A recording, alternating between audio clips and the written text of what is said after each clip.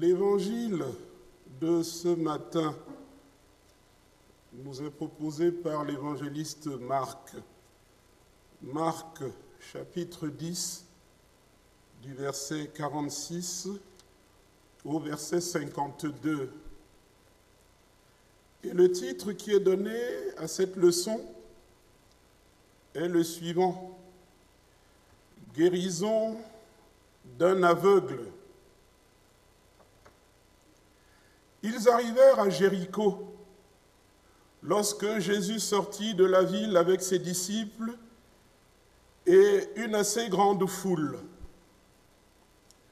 Bartimée, le fils aveugle de Timée, était assis en train de mendier au bord du chemin. Il entendit que c'était Jésus de Nazareth et se mit à crier: « Fils de David, Jésus, aie pitié de moi. » Beaucoup le reprenaient pour le faire taire, mais il criait beaucoup plus fort: « Fils de David, aie pitié de moi. » Jésus s'arrêta et dit: « Appelez-le. » Ils appelèrent l'aveugle en lui disant: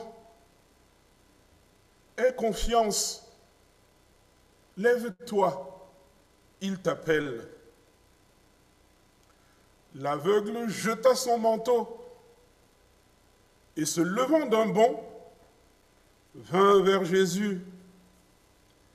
Jésus prit la parole et lui dit: « Que veux-tu que je fasse pour toi ? » « Mon maître, lui répondit l'aveugle, que je retrouve la vue. »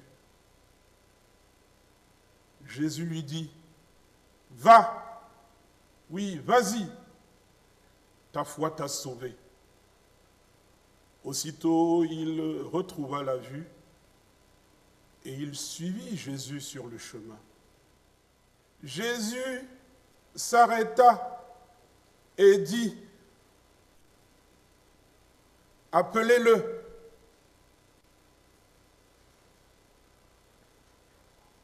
On appelle l'aveugle, on lui dit: « Confiance, confiance, lève-toi, il t'appelle. » C'est le verset 49 de la péricope ou de la portion de texte que nous venons de lire dans l'évangile de Saint Marc. Ce qui m'a particulièrement interpellé et nourri spirituellement dans cette guérison spectaculaire opérée par le Christ, c'est ce qui est dit dans ce verset 49. Surtout la dernière partie où il est écrit: « Confiance, lève-toi, il t'appelle. »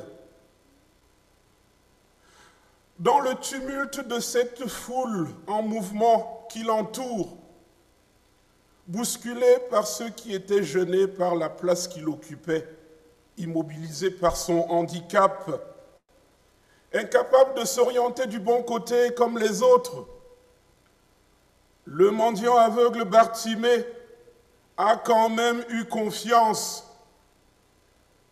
Le texte nous dit: jetant son manteau, se leva d'un bond et vint vers Jésus. Confiance, lève-toi, il t'appelle. Avoir confiance sans voir, sans vérifier, sans discerner. Avoir confiance quand même dans un entourage hostile. Nous voyons quelquefois dans nos rues des personnes aveugles. Ces personnes ont des chiens dressés ou ont des cannes blanches.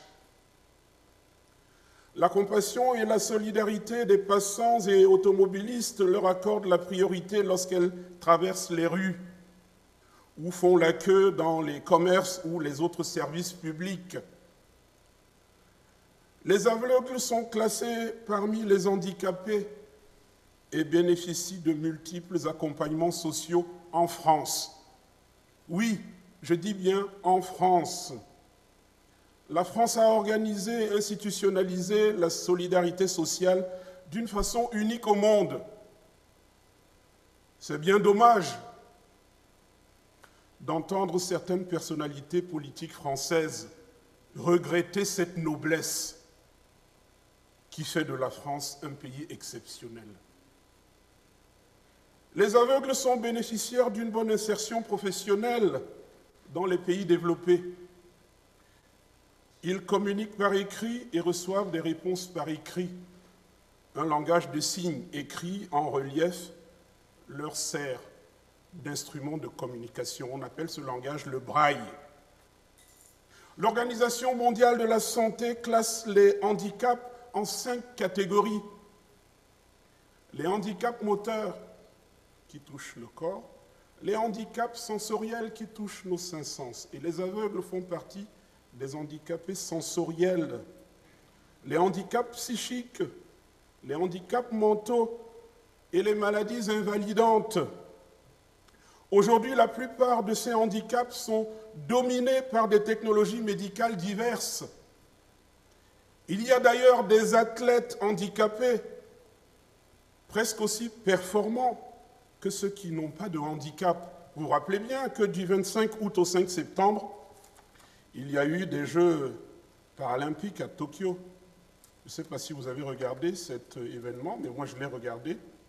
C'était très passionnant. Et surtout, très impressionnant de voir des personnes qui ont des prothèses, qui courent aussi vite et qui font des choses exceptionnelles. Il y a même des joueurs de tennis. Bartimée, l'aveugle dont parle l'évangile de Marc, vivait dans un contexte différent du nôtre. Il était mendiant, assis au bord de la route.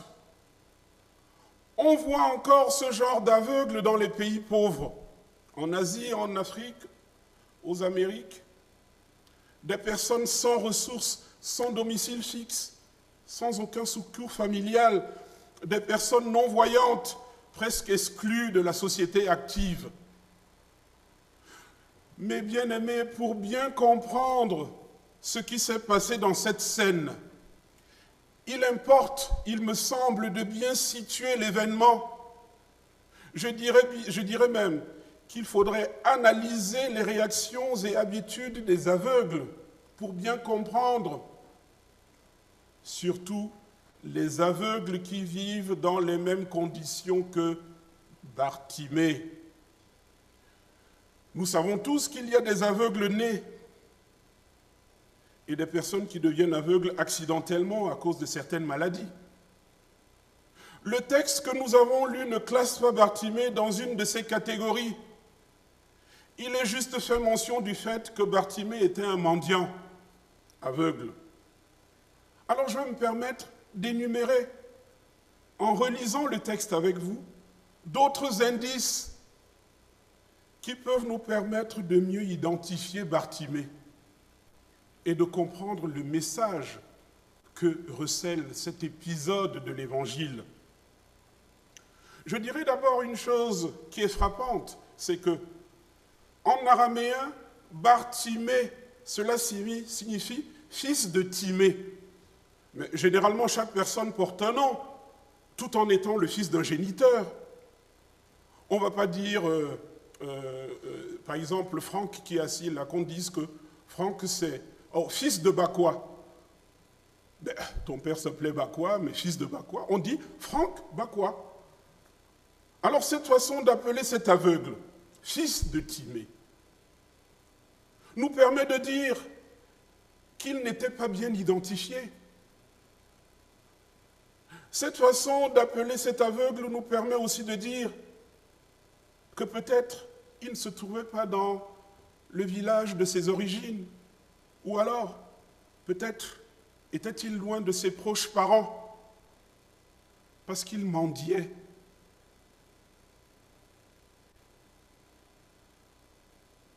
Et maintenant, un autre indice très important pour comprendre cet enseignement du Christ. Bartimée appelle Jésus fils de David. Fils de David, Jésus, aie pitié de moi, criait-il. Fils de David, fils de David. Mais seules les personnes éduquées qui savaient lire les écrits des prophètes et en comprenaient le sens ont pu voir en Jésus-Christ ce Messie, fils de David, attendu par tout le peuple et dont les promesses étaient formulées dans l'Ancien Testament. Bartimée était-il devenu aveugle après avoir vécu une vie d'homme instruit? Ou alors répétait-il ce qu'il entendait dans son entourage, ce qu'il entendait les gens dire? Quel que soit ce qui est conforme à son identité, on peut se permettre de dire que cet homme était très averti. Et maintenant, un autre indice. La place habituelle où il s'asseyait pour faire l'aumône ou demander qu'on l'aide. Cette place a été subitement envahie par une foule très nombreuse. Comment Bartimée a-t-il fait pour savoir que Jésus n'était plus très loin, pour commencer à crier très très fort? Avait-il un guide à côté de lui, disposé à l'accompagner jusqu'au bout de sa démarche? Avait-il partagé son intention à d'autres personnes et on lui a proposé une personne qui devait l'accompagner voir Jésus? Or, le texte nous montre que le passage, Jésus est passé de ce côté par hasard. Il est passé par Jéricho comme ça. Ce n'était pas prévu. Et puis, un autre indice. Dans une foule, quelle est la distance à laquelle on peut entendre la voix d'un adulte assis par terre?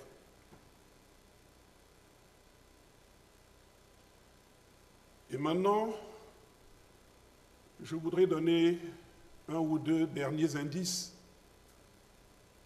Je suis content parce que vous m'écoutez.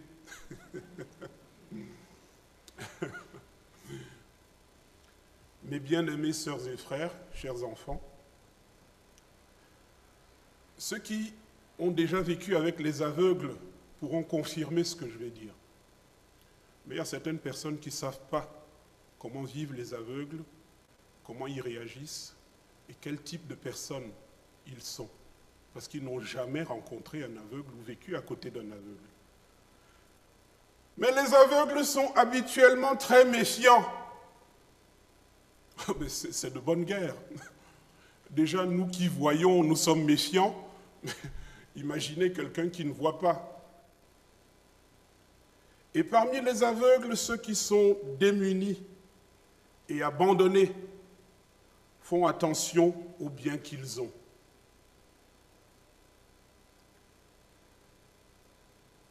Bartimée abandonne son manteau, qui était en réalité son abri. C'est sur ce manteau qu'il dormait, qu'il s'asseyait lorsqu'il faisait très chaud. Et lorsqu'il faisait froid, il mettait ce manteau. Il l'a abandonné. Et on peut se permettre aussi d'imaginer que ce manteau était un don reçu qu'il pouvait avoir beaucoup de mal à remplacer. Mais dès qu'on lui a dit « Confiance, lève-toi, il t'appelle », Bartimée a pris le risque d'abandonner ses acquis. Il a abandonné sa garantie de survie. Sa garantie de survie, c'était sa petite place qu'il avait au bord de la route. Il l'a abandonnée. Il a jeté son manteau. Comme si, pour lui, Jésus-Christ pouvait se substituer à la place où il recevait l'aumône et à son manteau qui le protégeait des intempéries et des difficultés de la vie. Bartimée s'est levé avec confiance pour aller vers Jésus, qu'il ne voyait pas.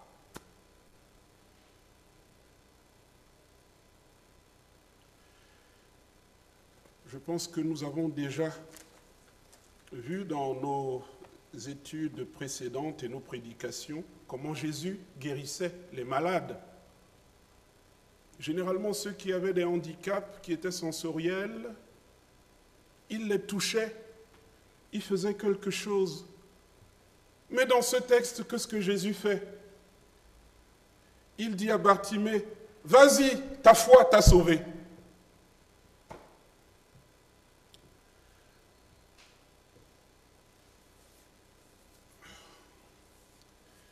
Cette histoire m'apprend une vérité fondamentale qui conforte mon engagement à suivre le Christ. Et je pourrais vous dire que cette histoire fait partie des histoires qui ont changé ma vie. Parce que cette histoire nous apprend quelque chose qui est fondamental. La foi, c'est avoir confiance sans voir.